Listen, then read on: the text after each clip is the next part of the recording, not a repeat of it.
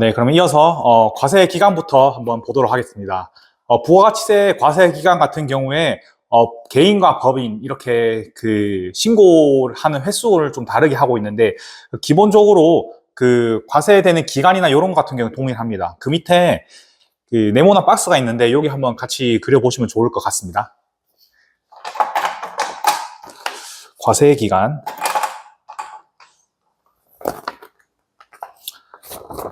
먼저 부가가치세 과세 기간은 1월 1일부터 12월 31일까지 이렇게 있다.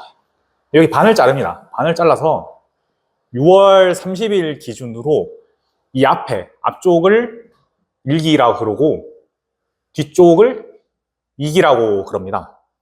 그래서 부가가치세는 크게 6월 30일 기준으로 6월 30일까지 1기, 그리고 6월 30일부터 연말까지를 2기라고 보고 있다.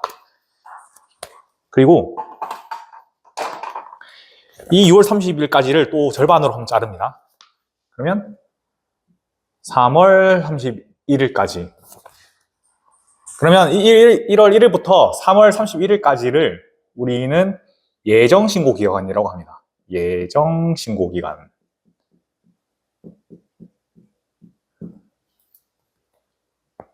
그러면 3월 31일부터 6월 30일까지 기간이 있죠.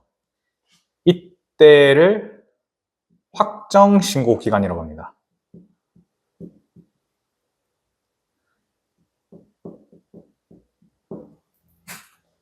마찬가지로 2기도 똑같습니다. 6월 30일부터 12월 30일까지 절반 있죠. 그러면 9월 30일이 되겠죠. 이 앞에를 예정, 이 뒤에를 확정. 이렇게 나뉜다는 거죠. 그러면 여기에 대한 이제 기간이 지금 나눠졌죠. 그럼 신고를 어떻게 할 것이냐? 신고 같은 경우에는 그 각각 신고 기한이 끝난 달의 다음 달 25일까지 신고 납부를 하게 됩니다. 그럼 예정 신고 기한 같은 경우에 1기 예정 신고 기한이죠. 그러면 이 신고 기한 같은 경우에 3월 31일이니까 언제까지 신고를 하면 될까요? 네, 4월 25일이죠. 3월 31일 이후 25일인 4월 25일까지 예정 신고 기간 분에 대한 신고 납부 해야 된다. 그럼 확정 신고 기한은 7월 25일이겠죠? 신고 납부. 마찬가지로 2기 예정 신고 기한은 10월 25일까지 신고 납부. 그러면 2기 확정 신고 기한 분에는 그 다음 해 1월 25일까지 신고 납부하면 되겠죠. 그럼 아까 말씀드렸듯이 법인 개인 같은 경우에 이 신고 하는 횟수가 다르다 그랬는데, 법인 같은 경우에는 기본적으로 이렇게 4번에 걸쳐서 신고 납부를 하게 되는데, 개인 같은 경우에는 이 예정분 있죠. 각각 예정분. 여기는 직접 신고 납부하는 게 아니라 세무서에서 기본적으로 고지를 해줍니다. 개인 고지. 그러니까 그 고지서에 있는 세액을 직접 납부만 하면 그 예정분에 대한 신고 납부 의무가 종결된다는 것이죠. 그래서 법인은 4번 신고 납부해야 되고, 개인 같은 경우에는 예정분은 2번 고지받고 그대로 납부하면 되고, 그럼 확정분은요, 개인과 법인 둘 다 신고 납부 의무가 있습니다. 그래서 이게 법인과 개인과의 차이점, 이렇게 알아두시면 되고, 요 신고기간 플로우 같은 경우에는 한번 눈여겨보시면 될 것 같습니다. 네. 그래서 그 밑에 보면 계속 사업자 같은 경우에 제가 그 간이 과세자랑 일반 과세자랑 비교를 이렇게 하는 부분이 있었죠. 이게 방금 제가 말씀드린 부분이 그 일반적인 일반 과세자의 플로우이고, 간이 과세자 같은 경우에는 이 전체가 한 기록입니다. 그러니까 매출이 얼마 안 되는 그 과세자를 간이 과세자라고 이제 뒤에서 따로 배울 텐데, 그런 그 소규모의 간이 과세자 같은 경우에는 1년에 한 번만 부가가치세 신고 납부 의무가 있다는 거죠. 그러면 잘못됐네요. 12월 31일까지 해서 1월 25일 날 한 번만 간이는 하면 된다는 것이죠. 신고 납부를. 이런 차이점이 있다. 그리고 그 밑에 양갈로 2번 신규 사업자 같은 경우에 최초 과세 기간은 사업 개시일부터 그 개시일이 속하는 과세 기간의 종료일. 그러니까 신규 사업자 같은 경우에 예를 들어서 내가 기중에 사업 신고를 했다. 예를 들어서 뭐 이날 5월 1일 날 사업 신고를 했다. 그러면 그 과세 기간 개시일이 속하는 과세 기간 종료일이 6월 30일 되겠죠. 여기를 일기로 본다는 겁니다. 그 밑에 보면 단 사업 개시일 이전에 사업자 등록을 신청한 경우에는 그 신청일부터 신청인이 속하는 과세기간 종료일. 예를 들어서 사업 개시일이 5월 1일인데 내가 이전에 그 무슨 매입세 공제 같은 걸 받기 위해서 사업자 등록을 신청을 미리 했다. 뭐 그 기간이 뭐 4월 한 27일이라고 봅시다. 그럼 이때부터 6월 30일까지를 한 과세 기간으로 본다는 것이죠. 네. 그래서 사업 개시일 이전에 사업자 등록을 신청한 경우에는 매입세 공제를 받기 위해서 그 사업 개시일이 아니라 그 이전에 신청일부터 그 신청일이 속한 과세기간 종료일까지를 하나의 그 사업 과세기간으로 본다. 이렇게 보시면 될 것 같습니다. 양가로 3번 폐업자의 최종 과세기간 같은 경우에는 폐업일이 속하는 과세기간 개시일부터 폐업일. 예를 들어서 사업이 잘 안 됐어요. 그래서 제가 2월 15일 날 폐업을 하게 됩니다. 그러면 이때 폐업일이 속하는 과세기간 개시일은 2월 1일이겠죠? 그때부터 폐업일인 2월 15일까지를 하나의 마지막 과세기간으로 본다. 한 개의 과세기간. 이렇게 본다는 것이죠. 양갈로 4번 관이과세 포기자. 우리 아까 잠깐 관이과세에서 설명을 드렸죠. 그런 소규모 관이과세자가 매출이 많거나 아니면 어떤 매입세 공제를 받기 위해서 일반 과세자로 전환을 한다. 이러한 경우에는 적용받고자 하는 달의 전달 마지막 날까지 간이과세 포기 신청을 해야 됩니다. 그렇게 되면 어떻게 되냐? 간이과세를 포기를 하고 내가 일반 과세자를 예를 들어서 8월 1일부터 적용받으려고 그래요. 그러면 전달 마지막 날인 7월 31일까지 간이과세를 포기를 해야 된다는 것이죠. 그러면 그 다음에 8월 1일부터 일반 과세자의 그 적용을 받을 수 있다. 그러면 6월 30일부터 7월 1일, 31일까지의 간이과세의 과세기간이 되는 거고요. 이 8월 1일부터는 일반 과세자의 과세 기간이 시작되는 겁니다. 그러면 이 일반 과세자는 8월 1일부터 12월 30일까지의 하나의 과세 기간을 보는 것이고, 아까 말씀드렸듯이 6월 31일이 지난 7월 1일부터 이 7월 31일까지는 간이 과세자의 과세 기간으로 보는 것이다. 네, 이렇게 보면 될 것 같습니다.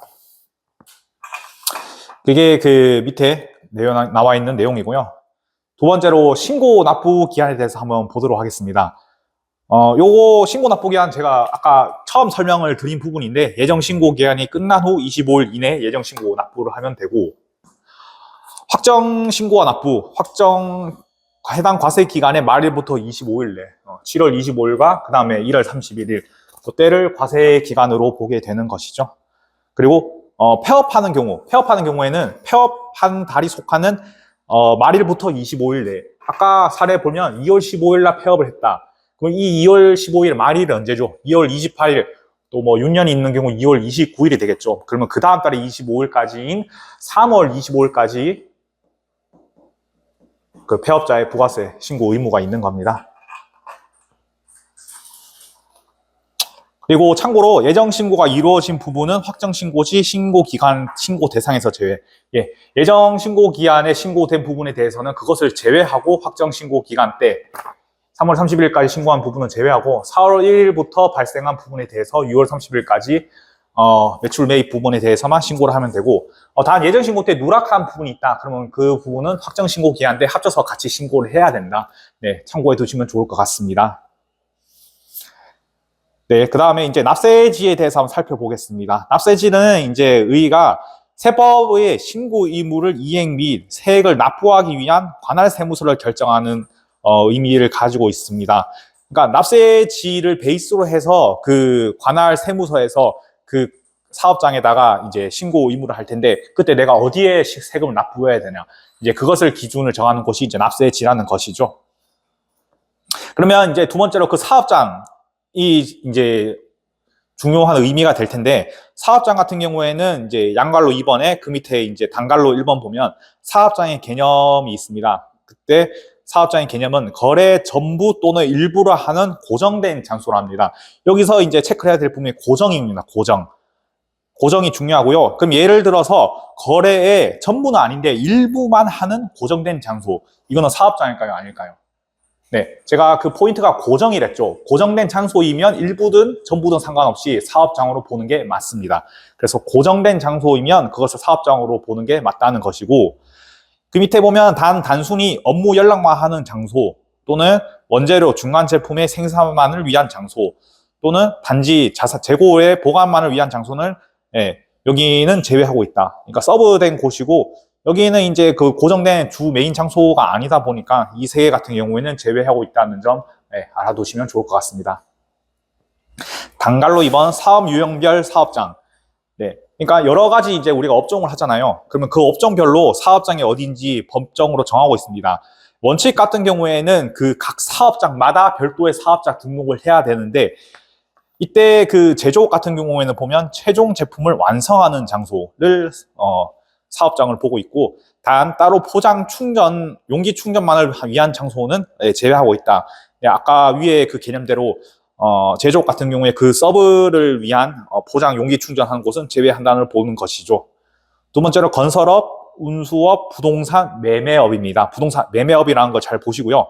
이거 같은 경우에는 법인의 등기 부상 소재지. 이 대법원 등기 시스템에 가면 법인의 등기부 등본을 떼볼 수 있는데 이제 거기에 나오는 법인의 등기 부상 소재지입니다.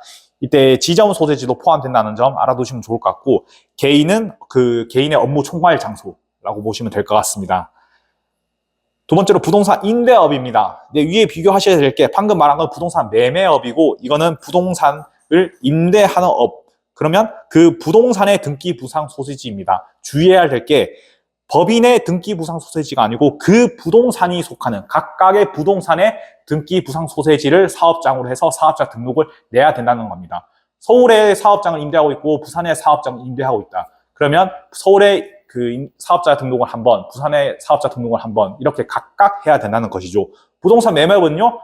그 본점이 있는 곳 서울에 하나의 사업자 등록만 하면 되는 것이겠죠. 네, 그렇게 되는 것이고 무인 자판기를 통한 재화의 용역 공급. 네, 무인 자판기 같은 경우에는 그 사업에 관한 업무의 총괄 장소가 사업장이 됩니다.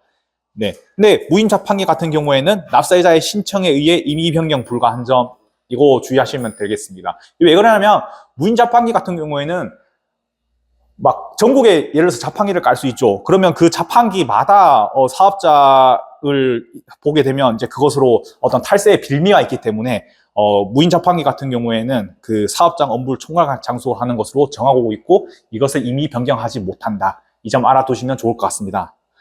그리고 다섯 번째로 사업장을 설치하지 않은 경우 이때는 사업자의 주소 또는 거소를 사업장으로 본다. 단갈로 3번 직매장, 하치장, 임시사업장에 대해서 보겠습니다. 직매장이 뭡니까?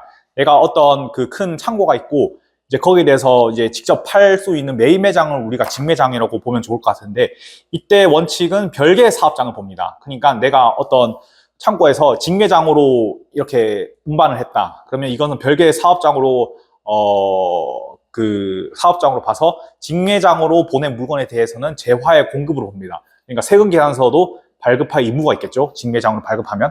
근데 예외 같은 경우에 사업자 단위 가세 사업자 또는 주사업장 총괄 납부를 적용받는 자 같은 경우에는 직매장으로 반출을 한다 한들 별개의 사업장으로 보내는 것이 아닙니다.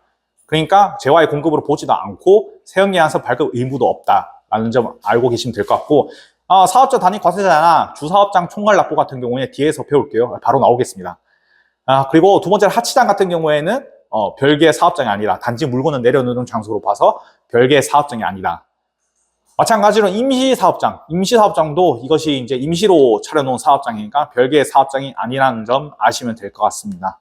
특히 이 임시사업장 같은 경우에는 참고로 내가 그 10일 이내에 짧게 운영하는 곳 같은 경우에는 딱히 그 설치를 해도 사업장 등록 신고를 하지 않아도 되겠습니다.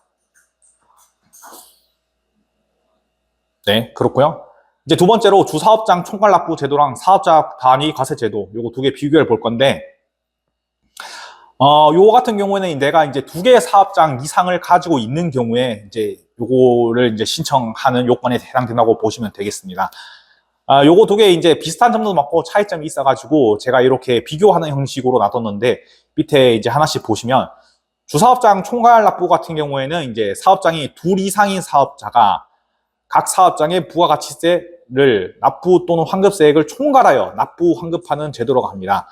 요거 같은 경우에 이제 포인트가 뭐냐면 납부입니다. 납부만 총괄하여 2개 사업장 이상인 경우고 납부만 총괄하여 해야 되고 그 밑에 보시면 효력에 잠깐 보시면 총괄 납부는 납부만 총괄한다. 그 밑에 보면 뭐 사업자 등록, TI 수수, 이 TI가 이제 세금계산서의 줄임말인데요. 이 세금계산서 수수 또는 세액 계산이나 이런 신고 같은 경우에는 각 사업장이 이행하고 납부만 총괄하여야 한다. 네, 요거이고요. 요건 같은 경우에 법인은 본점이나 또는 지점 이렇게 할 수 있고 개인 같은 경우에는 주사무소에서 할 수 있다. 분사무소는 안 된다. 이렇게 보시면 될 것 같습니다. 다시 올라가서 의의에 보면 제일 마지막 줄에 자금 압박 문제를 해소할 수 있다는 장점이 있는데 요거는 제가 뒤에 사례로 한 번 더 보여드리겠습니다.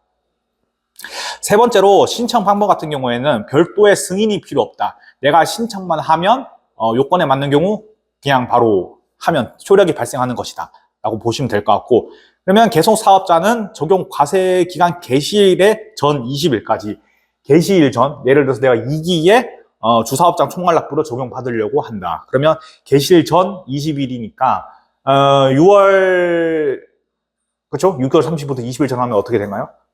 네, 6월 10일 정도 되겠죠. 그까지는 해야 된다는 것이죠. 추가 사업장을 이제 만들어서 2개가 됐다. 그러면 이제 그걸 묶으려고 한다. 그러면 추가 사업장의 사업 개시일부터 20일 이내. 개시일이 7월 1일이라고 그러면 그때부터 20일 이내니까 7월 20일까지 주사업장 총괄납부 요걸 신청하면 된다는 것입니다. 신규 사업자 같은 경우에는 사업자 등록증을 받은 날부터 20일 이내. 네, 보면 될 것 같고 여기 효력 같은 경우에 총괄납부 효력 방금 말씀드렸는데 그 밑에 보면 재화의 간주 공급 적용 배제 있죠. 네, 이따 간주 공급에 대해서 잠깐 배울 텐데 판매 목적으로 본인의 타 사업장으로 재화 반출 시 재화의 공급으로 보지 않는다. 그러니까 각각 그 사업자 등록을 한 자는 원칙적으로 그 자신의 다른 사업자의 판매 목적으로 재화를 반출했다. 그러면 이때 그 재화의 그 공급으로 봐서 세금계산서는 끊고 해야 되는데 주사업장 총괄 납부 같은 경우에는 하나의 총괄해서 이걸 하나의 사업장처럼 보는 그런 느낌이 있으니까 주사업장 총괄 납부를 신청하면 자신의 다른 사업장으로 반출해도 재화의 공급으로 보지 않는다. 그리고 세금계산서 발급 의무도 없다. 이렇게 보시면 될 것 같습니다. 만약에 포기를 할 거면 포기를 하게 되면 다시 각 사업장에서 납부 가능하는 원칙으로 돌아가게 됩니다. 두 번째로 사업자 단위 과세는 이제 2 이상의 사업자가 각 사업장이 아닌 사업자 단위로 모든 납세 의무를 이행하는 제도입니다. 그래서 모든 납세 의무를 이행한다는 게 포인트고요. 그러면 어떻게 됩니까? 아까 주사업장 총괄 납부는 납부만 총괄하고 뭐 다른 그런 재반 신고 의무 사항은 각각 사업장에서 한다 했는데 사업자 단위는 모든 납세 의무를 법인 같은 경우에는 본점, 개인은 주사무소에서 다 할 수 있는 겁니다. 그러니까 뭐 사업자 등록, 뭐 세액 계산, 신고 이거를 주사무소에서 총괄해서 또는 법인의 본점에서 총괄해서 한다고 보시면 되겠죠. 요건 같은 경우에 방금 말씀드렸는데 본점, 법인은 본점, 개인은 주사무소. 주의해야 될 게 주사업장 총괄 납부는 법인은 본점 또는 지점인데 사업자 단위 과세 제도는 법인은 본점만 되고 지점은 안 된다. 요거 체크해 두시면 되겠습니다. 신청 방법 같은 경우에는 주사업장 총괄 납부랑 동일한데 그 밑에 세 번째 신규 사업자 보면 주사업장 총괄 납부는 사업자 등록증을 받은 날부터 20일 이내인데 사업자 단위 과세 적용은 사업 개시일부터 20일 이내입니다. 이게 왜 그러냐면 사업자 단위 과세는 추가로 사업자 등록증을 받을 수가 없어요. 이미 하나의 사업자 단위 과세에 묶여서 지점을 설치해도 그것이 그 원래 있는 본점 사업자 등록증 뒤에 참고사항으로 들어가는 것이 별도의 사업자 등록증이 나오지 않기 때문에 사업자 등록증을 추가로 받은 날부터 20일이 아닌 당초 사업 개시일부터 20일 이내라고 보시면 될 것 같습니다. 효력은 방금 말씀드렸고요. 재화의 간주 공급 적용 배제 역시 주사업장 총괄 납부랑 같다. 그리고 포기하는 경우에는 다시 원칙으로 돌아간다면 각 사업장에서 납부 가능하고, 혹시나 사업자 단위 과세를 포기해서 주사업장 총괄 납부만 내가 적용받고 싶다. 당연히 그렇게 되고, 그러면 납부만 본점 주사업장에서 할 수 있다. 이렇게 보시면 될 것 같습니다. 네, 그렇고 이제 부가가치세 과세 대상 거래에 대해서 한번 살펴보겠습니다.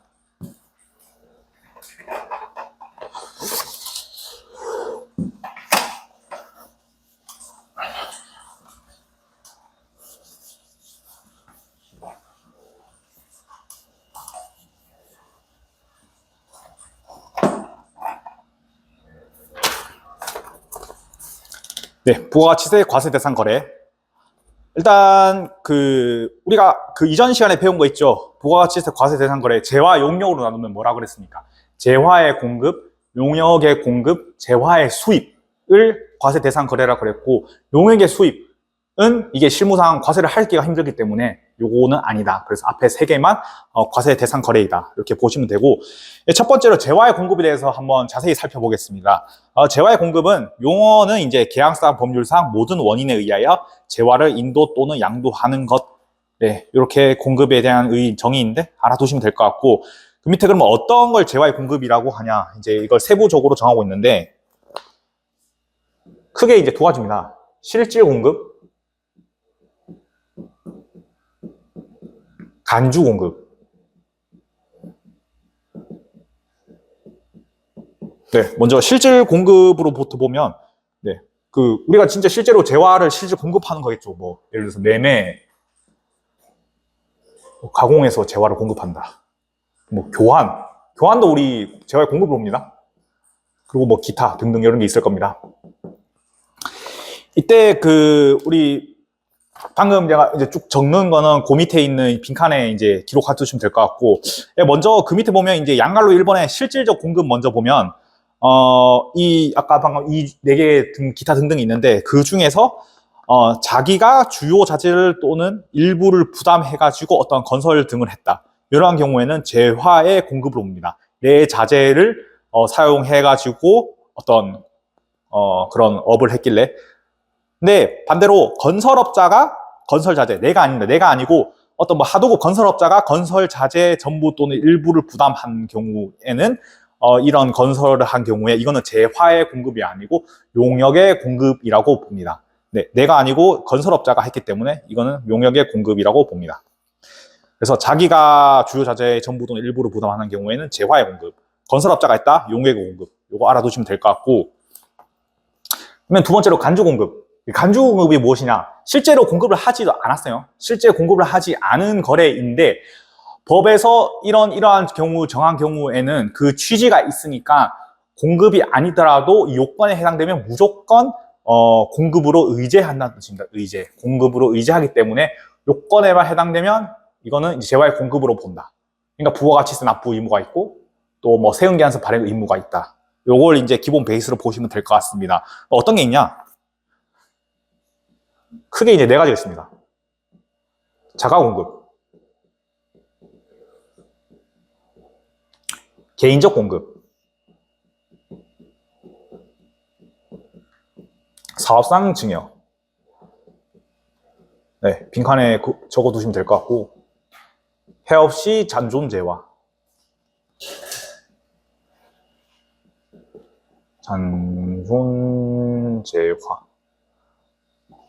이렇게 4가지가 있고, 자가 공급엔 크게 3가지가 있습니다. 면세 전용, 비용업용 승용차, 또는 개별 소비세 가세 대상이었죠.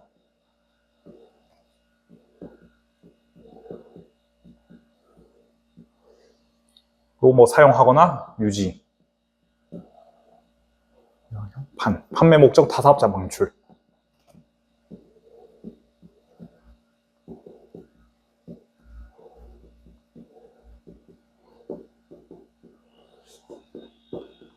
네, 이렇게 있습니다. 그래서 각각에 대해서 한번 살펴보면,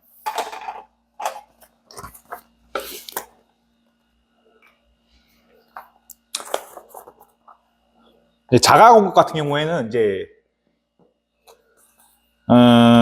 실질적으로, 그거 말씀드리기 전에 먼저 간주국군 같은 경우에는 그 매입세액을 공제 받은 경우에 한해 이것을 이제 이렇게 하는 경우 재화의 공급으로 본다는 의미입니다. 물론 나중에 말씀드릴 텐데 판매 목적 타사업장 반출은 이제 매입세액 공제 여부와 상관없는데 기본적으로 그 외의 모든 것은 매입세액 공제를 받은 것에 한해 이렇게 된 경우 간주 공급으로 본다.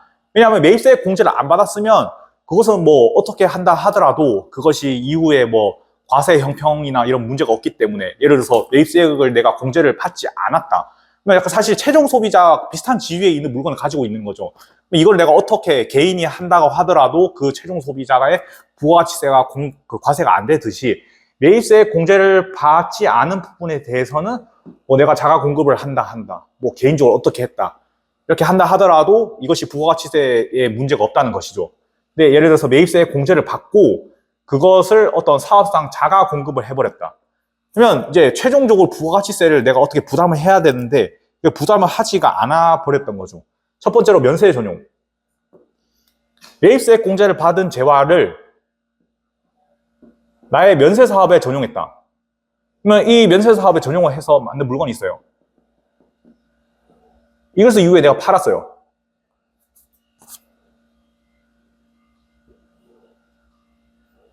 네. 그렇게 되면 처음에 당초 살 때 매입세액 공제를 받았죠? 나중에 팔 때 어떤 내가 만든 부가가치가 있겠죠. 뭐 어떻게 물건을 더 좋게 만들었다. 그래서 뭐 이렇게 만들었는데 이 부분에 대해서 부가가치가 있으니까 부가가치세를 내야 되는데 내가 면세 사업장은 부가가치 면세 물건이면 부가가치를 내지 않아 버리는 거죠. 그러니까 세부담이 없어져 버리는 거니까 면세 전용을 할 때는 그것을 이제 사용하거나 소비를 할 때 부가가치세를 내야 된다는 것이죠. 네, 전용을 하기만 하면 내야 된다는 것입니다. 두 번째로 비영업용 승용차의 유지. 우리 그 비영업용 승용차라 그러면 이제 크게 1000cc 이상이면서 8인 이하 또는 125cc 이상의 오토바이. 법상으로는 이제 이걸 이륜차라 그래요. 이륜차라 그러는데 1000cc 이상이면서 8인 이하의 비용용 승용차나 125cc 오토바이는 사실상 이게 사업용으로 쓴다 하더라도 이걸 가지고 내가 비사업용으로 뭐 가족들이나 나들이 갈 때 이런 목적으로 많이 쓰는 차량인 거죠. 예를 들어서 뭐 1000cc 이하 경차, 요거는 경차 혜택을 주기 위한 거고, 뭐 예를 들어서 8인 이상 버스 같은 경우에는 뭐 그거 가지고 마트를 갑니까? 뭐 어딜 갑니까? 보통 사람들을 이제 싣고 하는 이제 그런 목적이 강하기 때문에 그런 것을 제외한 일반 승용차 같은 경우에는 우리 나들이를 간다. 뭐 그렇게 이해해 주시면 좋을 것 같고요. 그런 용도로 많이 쓰기 때문에 1000cc 이상이면서 8인 이하의 차 같은 경우 비영업용 승용차, 또 125cc, 5cc 이하 오토바이 같은 개념이라고 보시면 될 것 같고, 요런 거를 위해서 어떤 내가 만든 타이어가 있다. 요걸 쓴다. 그럼 요거는 이제 부가가치세 과세를 해야 되겠죠. 이 이후에 뭐 부가가치세가 거치지 않을 테니까. 이러한 경우에 이제 부가가치세 과세를 한다. 자가 공급으로 봐서. 네, 그렇게 보시면 될 것 같고. 세 번째로 판매 목적 타사업장 반출. 요거는 이제 사실 개념이 좀 다릅니다. 요거는 판매 목적 타사업장 반출 같은 경우에는 우리 아까 기본적으로 내 사업장이 있고 A 사업장이라고 볼게요. B 사업장이 있다. 그러면 내가 A 사업장에 만든 그 재화를 판매 목적으로, 그러니까 B 사업장에서 다시 뭐 재가공을 해가지고 이제 소비자한테 갈 건데, 여기까지 내 사업장에 볼게요. A, B 둘 다 제 사업장입니다. 판매 목적으로 B 사업장에 반출을 했다. 그러면 요거는 그 재화의 공급으로 봐야 A 사업장에서 매입세 공제를 받을 수가 있고, B 사업자 같은 경우에는 그렇게 만든 거를 이제 소비자한테 넘길 수 있기 때문에 A 사업장에서 매입세 공제를 받아야 B 사업장에서 어떤 이중과세 문제가 없기 때문에 이러한 경우에는 판매 목적으로 타사업장 반출, 요거 재화의 공급으로 봐야 됩니다. 요거는 이제 아까랑 성격이 다르죠. 뭐 면세전용, 비영업용 승용차. 이러한 경우에는 일반 과세자랑 이제 형평성 문제 때문에 이렇게 과세를 해버리는 건데, 요거는 이제 이렇게 해야만 이제 A가 매입세 공제를 받을 수 있고 이렇게 되는 거니까, 이러한 경우에는 실무적으로 이렇게 해줄 수밖에 없다는 거죠.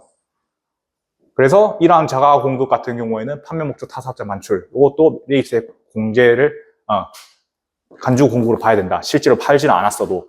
요거는 매입세 공제 받은 여부와 상관이 없어야 되겠죠. 매입세 공제 받은 거 여부와 상관없이 비사업장 넘길 때 그걸 매입세 공제를 해주기 위해 가지고 이렇게 공급으로 보는 거니까 요거 같은 경우에는 매입세 공제 여부와 상관이 없다.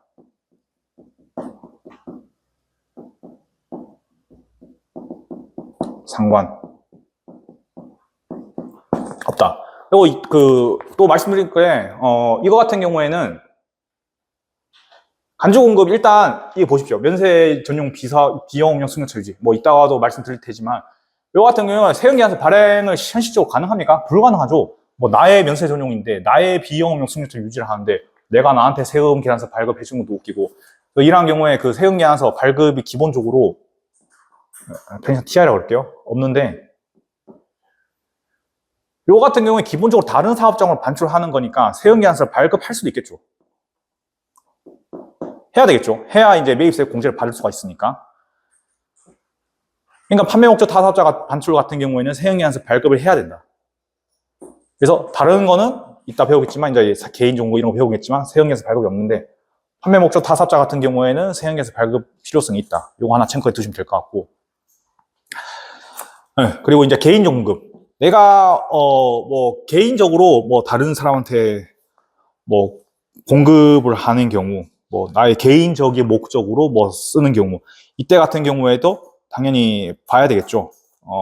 재화의 강주 공급으로 봐야 이제 다른 사업자랑 형평성이 맞겠죠. 부가가치세를 납부를 해야. 이때 제외되는 게 있습니다. 뭐가 제외되냐? 작업용품. 으로 나의 뭐 작업자들한테 주는 것. 그리고 뭐 직장 경조사 등으로 10만원 시가입니다. 시가 10만원 이내에 물품을 주는 같은 경우에도 어떤 뭐 사회적 어떤 통념 같은 걸 봤을 때 요것도 이제 그 개인적 공급의 경우에 과세를 제외하고 있습니다. 10만원 초과하면 어떻게 됩니까? 그러면 그 초과분에 대해서 부가가치세 과세입니다. 예를 들어서 20만원짜리다. 그러면 10만원까지는 과세를 안 한다 그랬죠? 10만원 부분에 대해서는 10% 부가가치세 세율 곱해서 만원에 대한 부가가치세를 납부를 더 해야 되는 것이죠.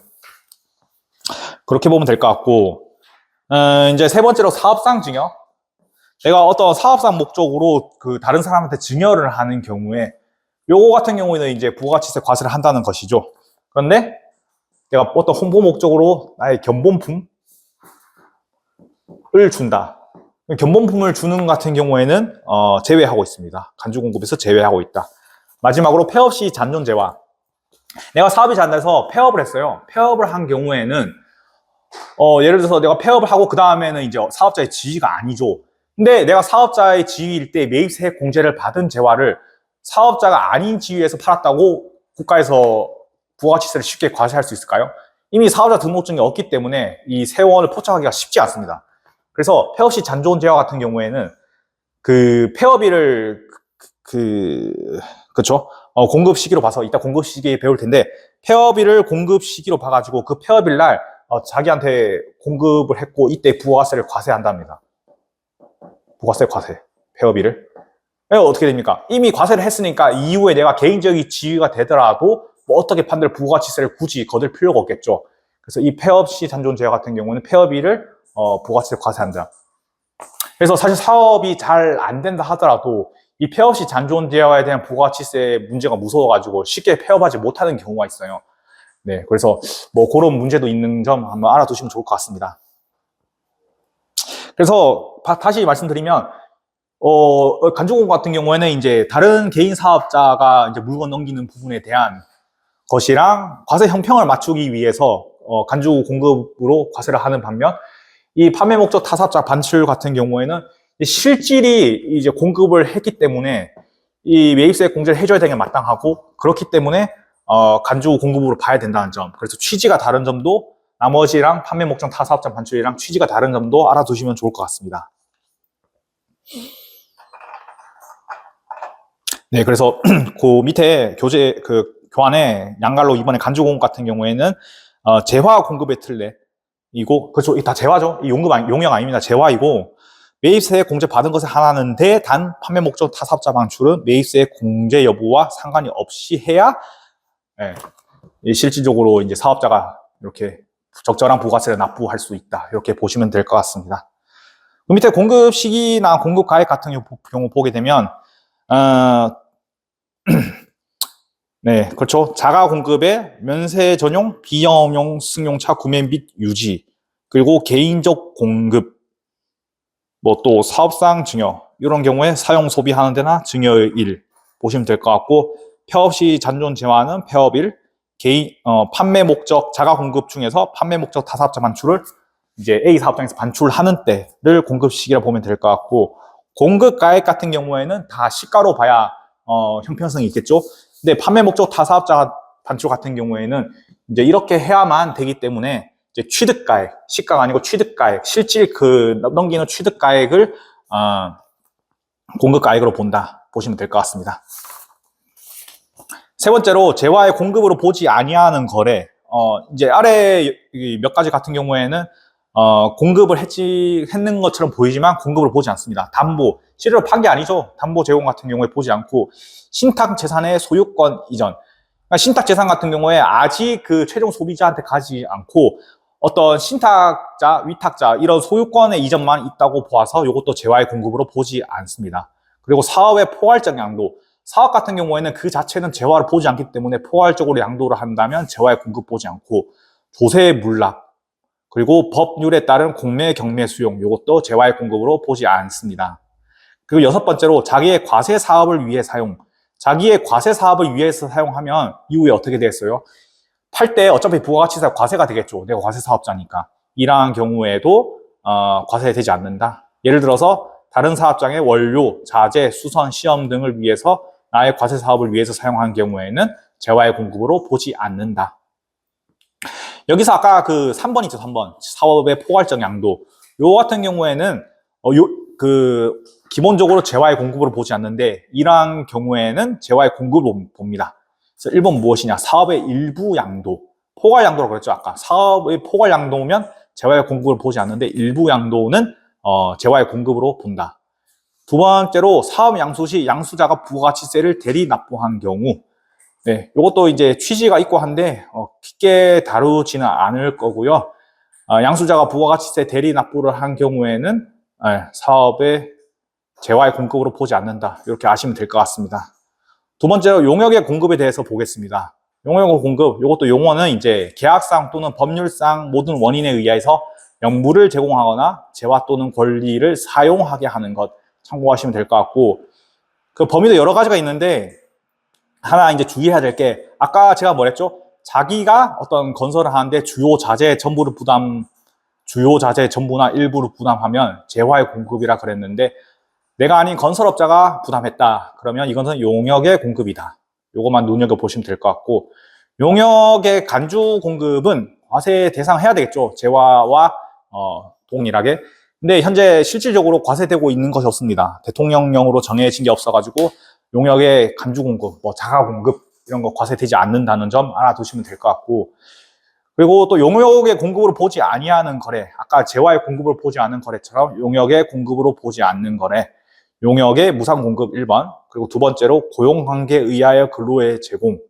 저희 그 직장에서 근로자가 사업을 위해 가지고 어떤 노동력을 제공한다 그래가지고 세운계에서 주고받나요? 아니죠. 그래서 고용관계에 의한 근로의 제공 같은 경우에도 용역의 공급으로 보지 아니한다. 이것도 하나 예외 있는데, 용역의 무상 공급은 원래 과세하지 않으나 단 사업자가 특수관계에 있는 자에게 사업용 부동산을 임대하는 경우 용역의 공급으로 본다. 이때 그 부동산 임대, 월 임대료 있죠. 요거의 시가만큼 과세를 한다. 참고로 알아두시면 될 것 같습니다. 세 번째로 재화의 수입, 요것도 이제 과세하죠. 원칙은 재화의 공급인데 선적된 물건을 수출하지 않고 국내로 재반입하는 경우에도 재화의 공급으로 본다. 이게 무슨 말이냐면, 여기 잠깐 지우고 볼게요.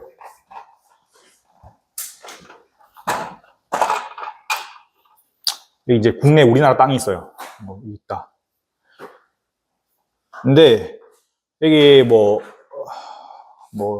예를 들어서 강원도에 어디 보세 구역이 있다. 근데 세금을 잠깐 보류한다는 것이죠. 그리고 바다가 있죠. 바다가 있고 여기 바다까지는 한국 바다. 여기서부터 외국 바다라고 봅시다. 그러면 수입 같은 경우 원칙은 재화의 공급인데 선적된 물건을 수출하지 않고, 선적이 뭐냐면은 그 배에 물건을 실으면 저희 그 선적 신고를 해야 돼요. 그 선적 신고를 한 물건을 그래서 이제 선적 신고를 했다는 것이죠. 근데 수출하지 않고 다시 한국으로 들어와요. 보세 구역이든 아니든 상관없습니다. 요거는 재화의 공급이라고 보는 게, 선적되면 그것이 일단 우리나라 물건이 아니라고 보는 겁니다. 그러니까 다시 우리나라에서 나갔지 않았지만 선적이 되면 외국 물건이라고 보기 때문에 이것을 다시 우리나라로 들이면 요거는 이제 재화의 수입이라고 봅니다. 그리고 이제 선적되지 않은 물건을 보세 구역으로 반입하는 경우, 보세 구역인데 이것이 아직 선적이 안 됐어요. 요거 다시 보세 구역 반입했다. 포인트가 뭐냐면 선적입니다. 선적되지 아니했다. 그러면 재화의 수입이 아니다. 선적했다. 다시 돈을 받았다. 그럼 재화의 수입이다. 이렇게 보시면 될 것 같습니다. 저희 그 재화의 수입은 사업자나 비사업자나 상관없이 그 과세되는 것이라고 그랬죠. 그래서 그거 하나 알아두시면 될 것 같고, 마지막으로 위탁 매매나 대리인에 의한 매매는 위탁자 또는 본인이 직접 재화를 공급하거나 받은 것으로 봄. 저번에 신탁재산 배웠죠. 신탁재산은 뭐랬습니까? 그 실제 수탁자가 그 공급하는 자라 그랬죠. 이 신탁재산과는 별개의 개념이니까 헷갈리지 마시고, 위탁매매, 대리인에 의한 매매, 요거 다른 겁니다. 요거는 이제 위탁자 또는 본인이 직접, 위탁자가 또는 본인이 재화를 공급하거나 받은 것으로 봄. 근데 예외적으로 위탁자 본인이 알 수 없다. 그럼 어떻게 될까요? 수탁자 또는 대리인이 재화의 공급을 받은 것으로 보는 게 타당하겠죠. 네, 이렇게 개념 설명 마치고 이제 문제를 한번 보도록 하겠습니다.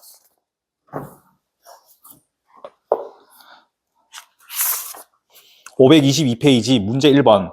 다음 중 부와 같이 세법상 과세 기간에 관한 설명으로 옳지 않은 것은, 2번 동그라미 2번 보면 신규 사업자가 사업 개시일 전에 사업자 등록을 신청한 경우에는 사업 개시일이 아니라 신청일이죠. 사업자 개시 전에 사업자 등록을 하면 신청일부터 받는다 그랬죠. 왜냐? 매입세 공제를 그때부터 받아야 되니까. 신청일이 속하는 과세 기간의 종료일까지를 최초 과세 기간으로 한다. 정답은 2번이고, 문제 3번. 다음 부가가치세와 관련된 적용 담당자들의 대화의 내용 중 옳지 않은 것을 설명하고는 있는 사람 누구인가? 정답은 4번 박민주 씨고요. 부가가치세법은 계속 사업자의 과세 기간은 1월 1일부터 12월 30일까지로 단일 적용한다. 우리 아까 단일 적용하는 사업자는 누구겠죠? 간이 과세자죠. 네, 이 자는 소규모이기 때문에 1년에 2번이 아니라 4번의, 한 번에 간이 과세 기간 적용한다. 그래서 박민주 씨 계속 사업자가 아니라 간이 과세자. 요 바꿔야 되겠죠? 정답은 4번. 우리 저번에 그 문제 하나 풀기로 했죠. 어딘가요? 518페이지 문제 7번.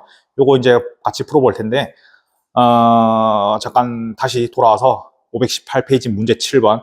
다음 중 새롭게 부가가치세법상 사업자 등록을 해야 되는 사람을 모두 고르면, 정답은 3번인데요. 김영희 씨, 잡지 구독료만으로는 운영이 어려워 광고도 한계할 생각입니다. 요거 뒤에 배우게 할 텐데, 광고가 이제 과세 대상입니다. 이제 학습 잡지 같은 경우는 면세인데,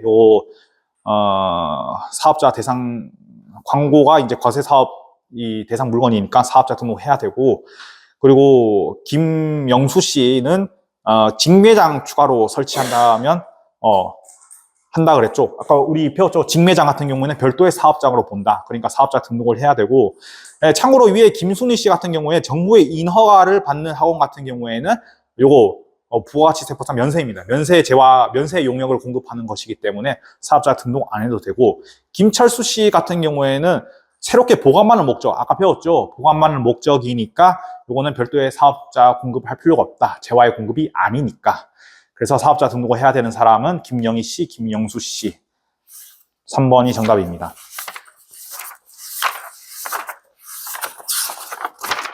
532페이지 문제 1번.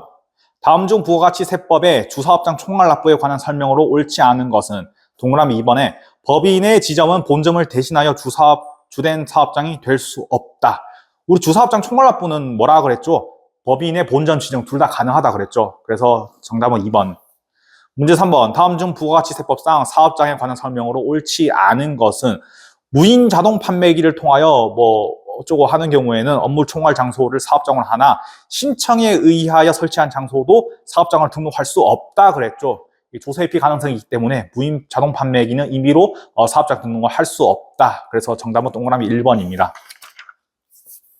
동그라미 5번. 다음의 경우 각 사업장별로 납부와 주사업장에서 총괄 납부할 경우 납부 세계로 맞는 것은 요거를 통해 아까 그 주사업장 총괄 납부의 경우에 자금 압박을 해소할 수 있다. 이거 설명드리려고 하는데 사업장 1번에 먼저 사업장별로 납부 시 어떻게 되냐. 매출세액이 우리 세액을 본다 그랬으니까 공급가격 옆에 세액만 한번 보도록 하겠습니다. 사업장별로 납부하면 우리 매출 2만 원 되겠죠. 사업장별로 하는 거니까 직매장으로 반출을 했다. 이것도 이제 별개 재화의 공급으로 본댔죠. 5천 원도 매출로 봐야 되겠죠. 그러면 2만 5천 원. 이게 이제 매출 세액이 될 거고 매입세액 15,000짜리 하나 있네요. 만 원이 이제 사업장 1에서 납부해야 될 세액이고 사업장 2 같은 경우에는 이제 최종 사업자한테 만 원에 팔았겠죠. 10만 원에 팔아서 이제 세액이 만 원이겠죠.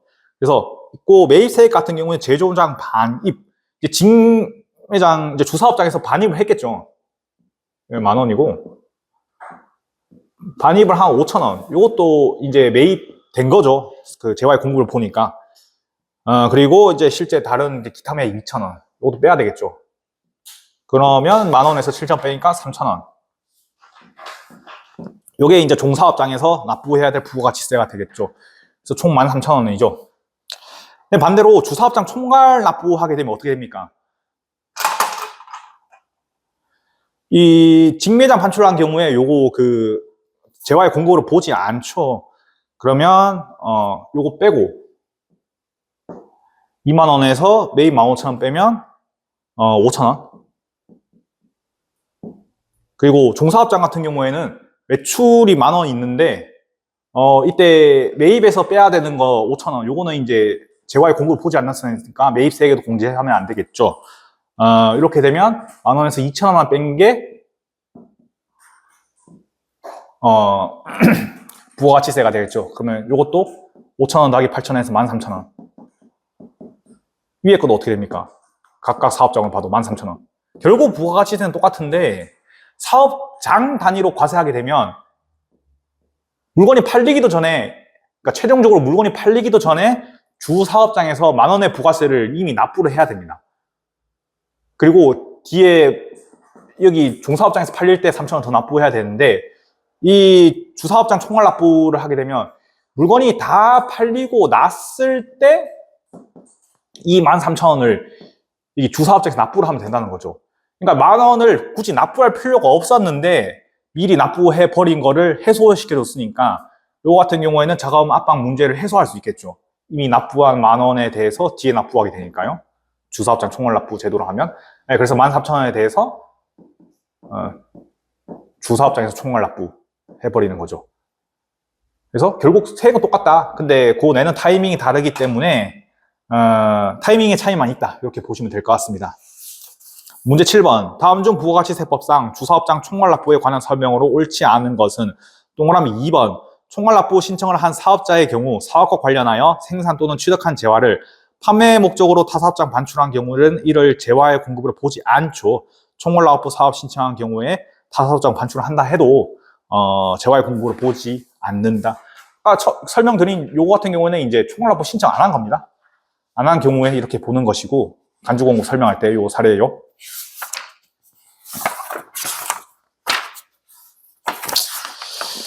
(546페이지) 문제 1번. 다음 중 부가가치세법상 재화의 공급에 해당되지 않는 것은 동그라미 2번.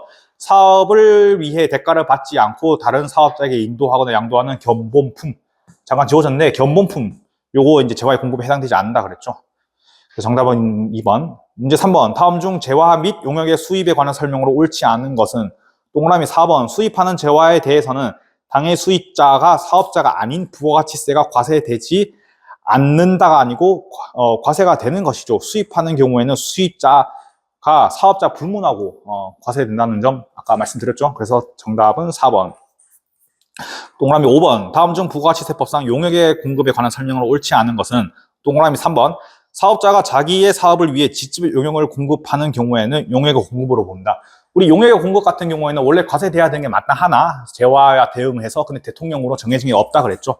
그래서 용역의 공급에 해당되지 않습니다. 동그라미 3번 정답이고요. 문제 7번. 다음 중 간주 공급의 한 유형이 사업상 증여에 관한 설명으로 옳지 않은 것은 동그라미 3번. 매입세액이 공제되지 아니한 재화라도 고객에게 증여하는 것은 사업상 증여에 해당된다. 가 아니고 해당되지 않죠. 매입세액이 공제된 것만 사업상 증여로 할 때 간주공급으로 보는 것이지 매입세액이 공제되지 아니한 거는 사업상 증여에 해당되지 않죠. 아까 또다시 말씀드리면 매입세액이 공제되지 아니하더라도 간주공급에 해당되는 건 뭐라 그랬습니까? 판매 목적 타사업장 반출 그거 하나만 있다 그랬죠. 참고하시면 될 것 같습니다. 문제 9번. 다음 중 부가가치세법에 따른 재화의 공급에 관한 설명으로 옳지 않은 것은 동그라미 3번. 질권, 저당권 또는 담보 목적으로 부동산 및 부동산 권리를 제공하는 경우 재화의 공급으로 본다가 아니고 보지 않죠. 담보 목적으로 제공하는 것은 재화의 공급으로 보지 않는다. 동그라미 3번이 정답입니다. 문제 11번. 다음 중 부가가치세법상 과세 대상 거래에 관한 설명으로 옳지 않은 것은 동그라미 3번. 수출 신고가 수리되어 선적되었으나 당해 계약이 취소되어 실제 수출되지 않고 다시 국내로 반입하는 경우 재화의 수입에 해당되죠. 선적됐으면 재화의 공급에 선적됐으면 다시 수입을 하면 재화의 공급으로 본댔죠. 선적 안 됐으면 보지 않고. 그런데 문제의 동그라미 3번은 선적됐으니까 재화의 수입에 해당하죠. 동그라미 3번이 정답입니다.